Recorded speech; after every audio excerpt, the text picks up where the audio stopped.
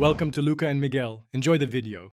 In this video, I will show how to put BMW X1 in neutral without power.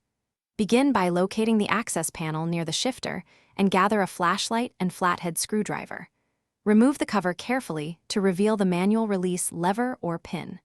Use steady pressure and move the lever to the neutral position while an assistant steadies the vehicle. Always engage the parking brake before and after the procedure for safety and stability. Let's cover tools and safety before you attempt the neutral release on a BMW X1. Wear gloves and use a flashlight and flathead screwdriver for the panel. Always chock the wheels and keep the parking brake engaged until you are ready to release. Have a second person present to watch for hazards and to help stabilize the vehicle. Safety first keeps the car and people protected throughout the process. Now follow a clear step-by-step method to place your BMW X1 in neutral without power. First, find and gently remove the access cover near the shifter using your screwdriver.